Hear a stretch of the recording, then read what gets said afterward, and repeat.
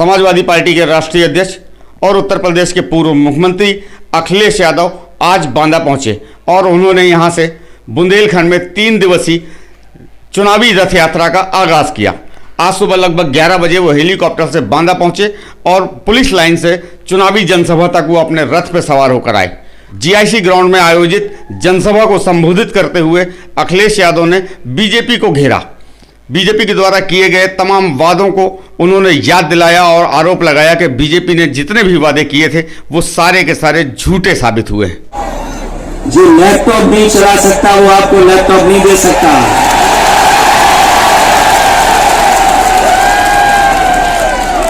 हमारे साथियों बताओ, क्या बाबा मुख्यमंत्री लैपटॉप चला सकते हैं? और अभी तो सुनने में आया है वो स्मार्टफोन भी नहीं चला सकते।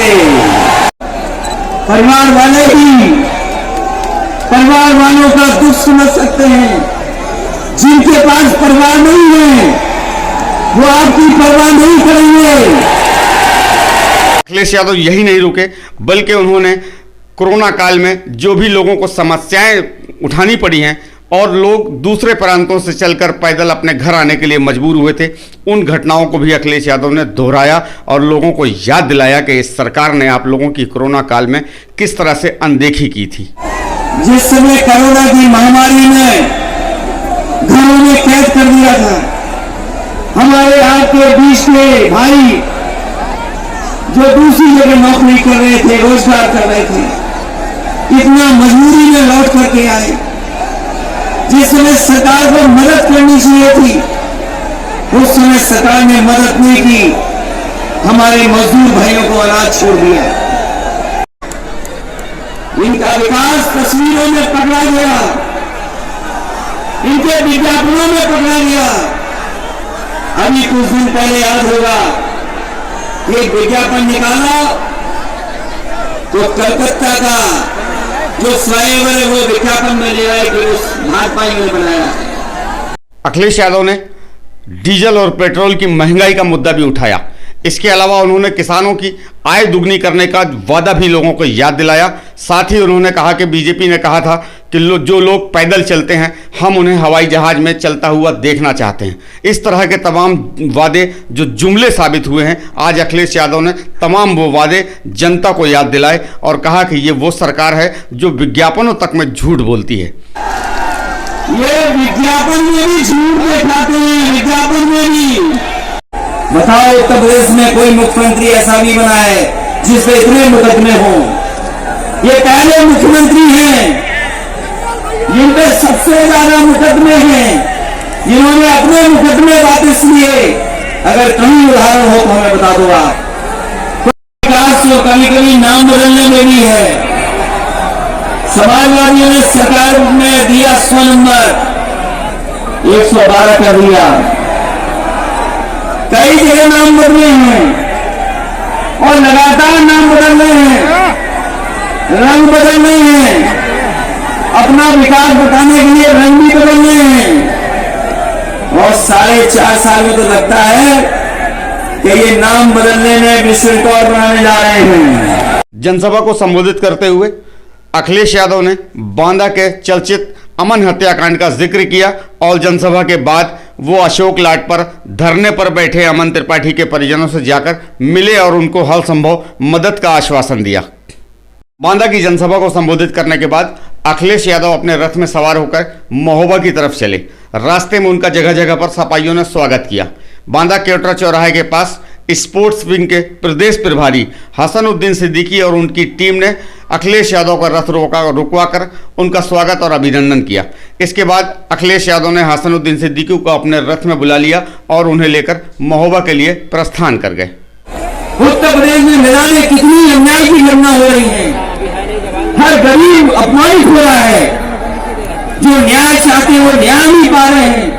यहाँ पर बांदा में मुझे बताया अभी मंच पर अमन त्रिपाठी जिसकी हत्या हो गई, अमन त्रिपाठी जिसकी हत्या हो गई, आज भी पुलिस केस नहीं खोल पाई। उनके परिवार के लोग धरने पर बैठे हैं, न्याय नहीं मिल रहा। वो हमारे आपके समर्थक है नहीं है, वो बात अलग है, लेकिन उनके साथ अन्याय हो रहा है। कैसी पुलिस, कैसा प्रशासन जो अभी तक दोषियों को नहीं पकड़ पा रहा है। क्या नाम है आपका? मधु त्रिपाठी। मधु जी, अभी 27 तारीख को आपने प्रियंका जी से मुलाकात की थी, आज अखिलेश यादव आपसे मुलाकात करने आए थे, किस तरह का आश्वासन दिया अखिलेश जी ने? उन्होंने कहा कि हम अमन को न्याय दिलाएंगे और सीबीआई जांच भी आपकी, और कहा कि अब ये अमन को न्याय मिलना ज़रूरी है, और हम लोग जब आपकी नहीं सुनी है हम भी कहेंगे, हमारी भी नहीं सुनेंगे, तो फिर जब हमारी सरकार आएगी तो आपको ये न्याय हम दिलाएंगे। आज आप आए हैं,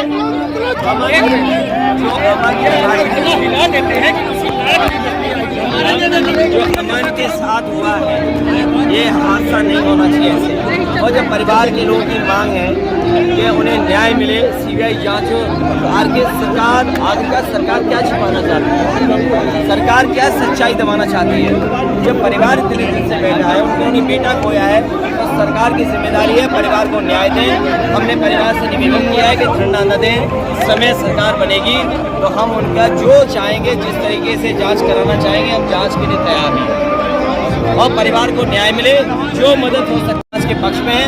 सरकार सीबीआई की जांच करे, इसकी मांग मैं भी करता हूँ कि सरकार आखिरकार क्या सच्चाई छिपाना चाहती है। इस सरकार में क्या एक जाति की विशेष के ज्यादा अत्याचार? जी सर, सरकार किसी की नहीं है, ये सरकार हर एक पर अन्याय कर रही है, हर वर्ग के साथ उन्होंने खिलवाड़ किया है। यही भारतीय जनता पार्टी के लोग कहते थे कि नोटबंदी आ जाएगा, भ्रष्टाचार खत्म हो जाएगा, काला धन वापिस आ जाएगा। बताओ, नोटबंदी के बाद कौन सा काला धन वापिस आ गया, कौन सा भ्रष्टाचार रुक गया? और 100 नंबर का जब से 112 किया है, तब से पुलिस का भी पता नहीं क्या हो गया है, पुलिस भी उन्होंने खराब कर। ये हमारे नौजवान जानते हैं कि ये पेपर लीक पहली बार नहीं हुआ है, ये सरकार जानबूझ करके पेपर लीक करती है, ये लीक करने वाली सरकार है। बुंदेलखंड की जनता ने पूरा का पूरा समर्थन भारतीय जनता पार्टी को दिया जी। सभी विधानसभाएं, सभी लोकसभाओं को जिता करके भारतीय जनता पार्टी को बहुमत दिया, लेकिन भारतीय जनता पार्टी ने जनता को धोखा दिया, उनके वादे जुमले रहे, बातें झूठी हैं। आज भी बुंदेलखंड के लोग पलायन कर रहे हैं।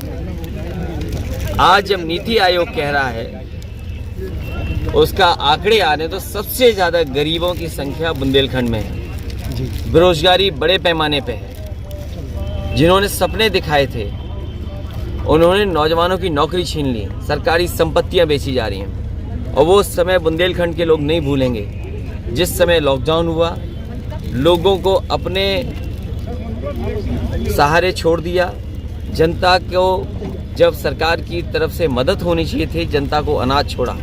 किस तरीके से भूखे प्यासे लोग यहाँ पर लौटे हैं।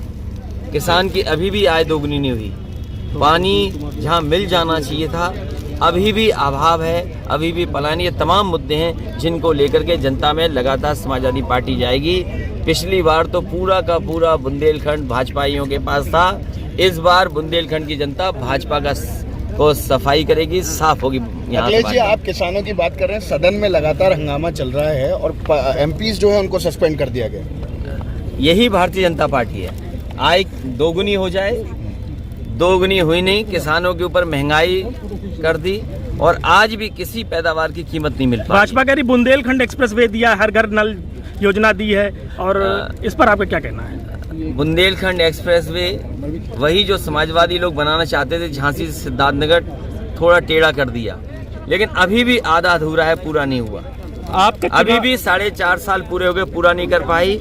जहां तक घर घर नल पहुंचाने की बात है, आपको याद होगा सबसे पहले योजना राठ में शुरू की गई थी और राठ की योजना को बंद कर दिया।